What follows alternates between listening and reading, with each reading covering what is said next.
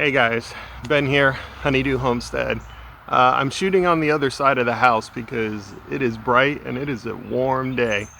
It's feeling a little bit muggy, but that just tells me that the rain is coming.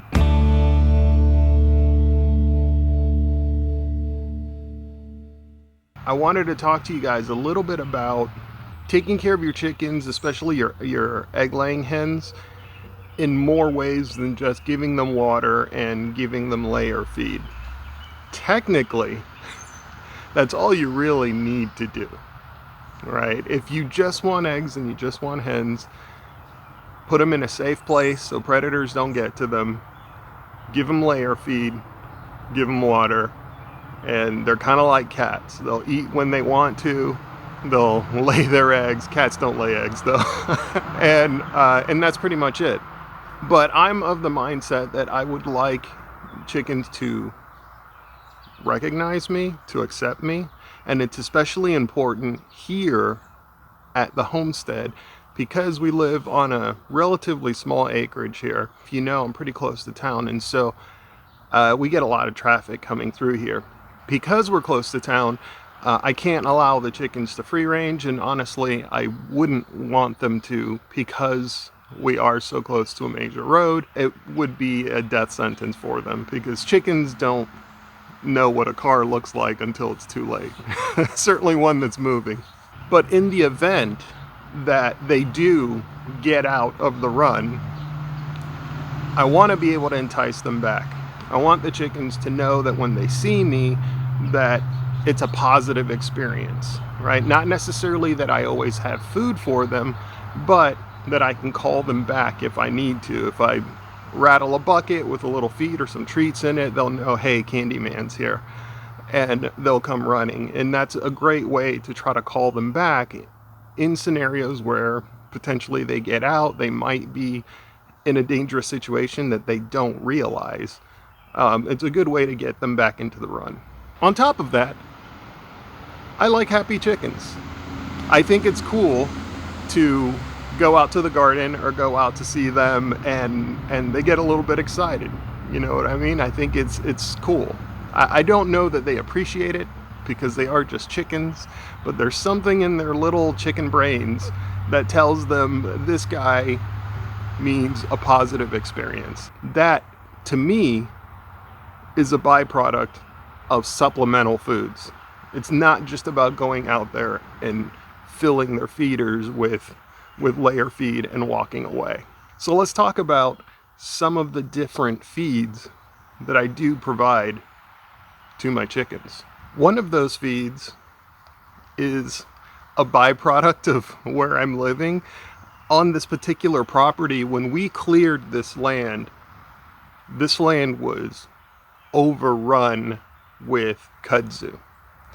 And I've gone through years of effort since moving to this property of slowly trying to beat back the kudzu. We don't have goats, we don't have anything that would benefit from the kudzu, at least as much kudzu that grows around here. And neighboring properties all around ours also have kudzu, and they do not maintain or manage their property. So we're constantly getting kudzu creeping in. Not a lot because I've done a pretty good job, but it's still there.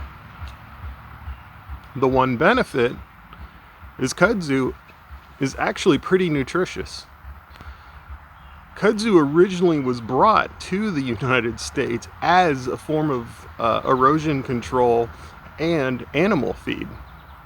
In some other countries, it is actually a very popular plant still as a form of animal feed, and I believe the tubers as well are edible, and in some countries they actually eat the tubers.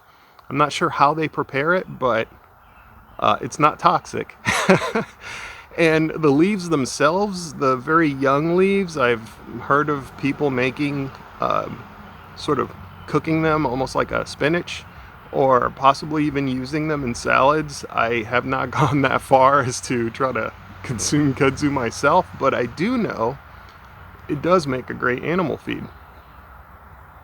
I have given kudzu to the chickens, and they do appear to enjoy it. It's a good source of just greens. It has some fiber in there, some nitrogen. It has a good amount of carbohydrates, and I believe it even has about 16% roughly protein in it.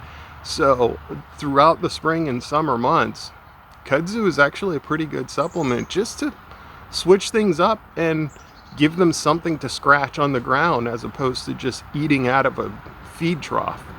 And part of this supplemental feeding has a lot to do with keeping the chickens busy, because I do believe that a bored chicken can get itself into trouble, can start picking fights with the other hens, can frankly just be generally miserable.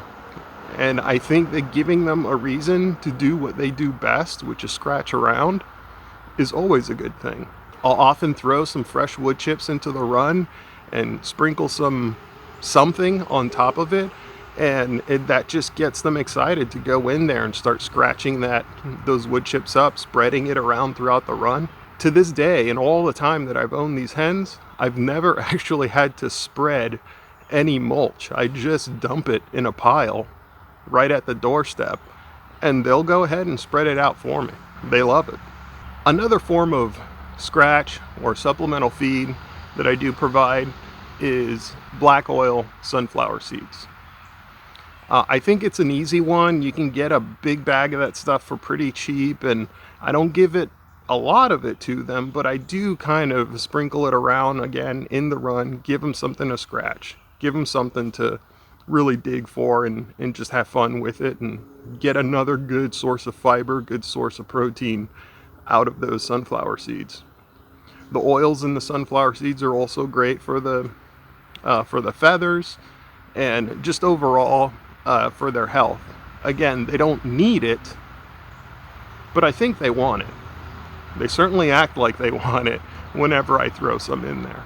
Another form of supplemental feed that we usually give to the chickens are scraps, kitchen scraps. If there's little tops off of the strawberries that we cut, anything of that sort. If there's, let's say, some spinach that is bolting in the garden, I might rip it out and throw it into the run, and they'll have a good time with that one, tear it apart, chase each other around the run with it. Another source, which I don't have right now, it's really more in the late fall and through the winter, is pumpkins.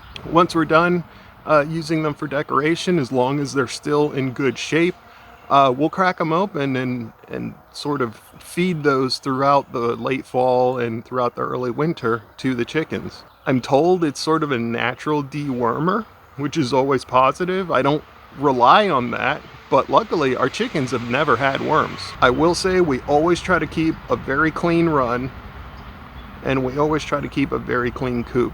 So the opportunity for any sort of parasites to appear in the run or in the coop, I believe, is very low. And I'll also throw in fresh wood chips on top constantly and allow them to scratch that up and spread it out. And that, with the combination of the pumpkins, I believe has done a pretty good job of keeping them healthy and dewormed, and no complaints so far. And the last sort of supplemental feed that I tend to give to the chickens are bugs. Now, their run is big enough for them to walk around and scratch and enjoy their life, but it's not big enough for them to truly wander. Again, they're not free range. So what I tend to do is try to bring some bugs to them when I can find it. If there are grubs that I've dug up, then I'll go ahead and throw those in there. They love to chase each other around with a big juicy grub in their mouth. And what the grub is the larva form of Japanese beetles. Typically around June, I believe, the Japanese beetles they start to come up out of the ground. They start to swarm over the garden. They just love the garden. They love the peach trees. And so what I tend to do is put a trap out. Once I trap enough of them, I'll throw those into a shallow dish of water, because then they can't get away or fly away because they're too busy crawling on top of each other. And I'll throw that right into the into the chicken run, and man, it's like hungry hippos. They just sit there and eat them up. They love Japanese beetles. They love the larvas, the grubs, and they love the Japanese beetles. But that's very seasonal. The pumpkins are seasonal. The Japanese beetles are seasonal. Pretty much from the spring through maybe early winter, you have a lot of options there. And I've been thinking about what kind of options could I provide them, possibly through the winter months or the late winter, before we start getting garden scraps and before, you know, we start finding larvae and Japanese beetles and all of these things. There is a starvation gap, if you will, of snacks. And I think I may have found it. And I'm glad that they contacted me. And that is something else that I want to talk to you guys about today. On the topic of bugs, GRUBTERRA reached out to me. Okay, had to go get it. Here it is. So GRUBTERRA sent me, they reached out to me and they sent me a 1-pound bag that they wanted me to take a look at. Now, full disclosure, I'm not like getting paid or anything. They did obviously send this to me, and they reached out to me and said, hey, we think your chickens would love it. Would you like to try it out? I said, sure, why not? And a little behind the screen kind of information, I get reached to by a lot of different vendors and people who want me to try stuff. And you guys know, I try to be genuine and honest on this channel 100% of the time. I'm not going to come out here and tell you, oh my gosh, it's the greatest thing ever, unless the chickens really like it and I'm seeing a big difference in their health and their happiness and the production of their eggs, or at least the healthiness of their eggs and so on, which is sort of what was, I don't want to say promised to me, but what's advertised with GRUBTERRA, which makes sense because these are very high in calcium and very high in protein, which are two major sources of nutrients needed to produce good, healthy, strong eggs and to keep the health up of the hen. If you're unaware, if egg-laying hens are too low in calcium or they're not getting enough protein, their bodies will reabsorb those eggs, or if they do lay the eggs, they may actually crack the eggs open and eat it to try to get those nutrients back into their body. And another thing that I really like is they're using food scraps to produce this. And if you know, I've tried to harvest black soldier flies here on the farm. I sort of accidentally made a black soldier fly, what do you call them? A brood? I don't know what you would call a bunch of them. Anyways, I found a bunch of these in the compost pile. And for a while I was picking them out and feeding them to the hens, but realistically that just doesn't scale. And I could try to build some contraption, and who knows, maybe I will someday when I'm retired. But I'm very busy. You guys know I'm here at the homestead. I'm taking care of the garden, the hens, obviously trying to keep the homestead pretty because that's what I like to do. And I'm taking care of the farm as well on top of life. I don't necessarily have a whole lot of time to be sitting out there trying to pick black soldier flies one at a time. These are also much more shelf stable because, as you can tell, they're kind of dehydrated. I did open it and I did smell it, and it smells funny. It smells like freshly roasted bugs. I wouldn't say it smells good, but the chickens love it, okay? Anyways, I'm gonna go ahead and give those guys a little bit of this. I'm also going to continue to feed them little snacks here and there. But again, I'm really looking for a product to fill that hunger gap of snacks, maybe in the winter time, and this might be it. This might be it. And again, I could technically here in North Carolina harvest these myself. I don't have the time. I'm just so busy. Having these in a bag like this is awesome. I'm walking away and I'm pretty sure they ate them all, but they're still scratching around looking for more, so I think they like it. And the idea that they're taking 20 pounds of food waste for every 1 pound of this GRUBTERRA product. That's cool too. Obviously, you know, I'm really big into composting here on the homestead, and the idea that there's a whole business built around it and they're producing an awesome product like this. So again, I realize this was a lot of information that I gave to you guys today, and these are just a few of the ideas that you can use to supplement the feed for your hens. I'm going to continue to test this product, and who knows, maybe I'll do a follow-up and even tell you a little bit more as time goes on. But I just wanted to get this out there and let you guys know that there are alternatives out there. Some that you can find, like kudzu in the wild, if that is a bane of your existence on your property. If you have kitchen scraps, garden scraps, those are great sources. If you're looking for something for the hunger gap, maybe something like this is an option.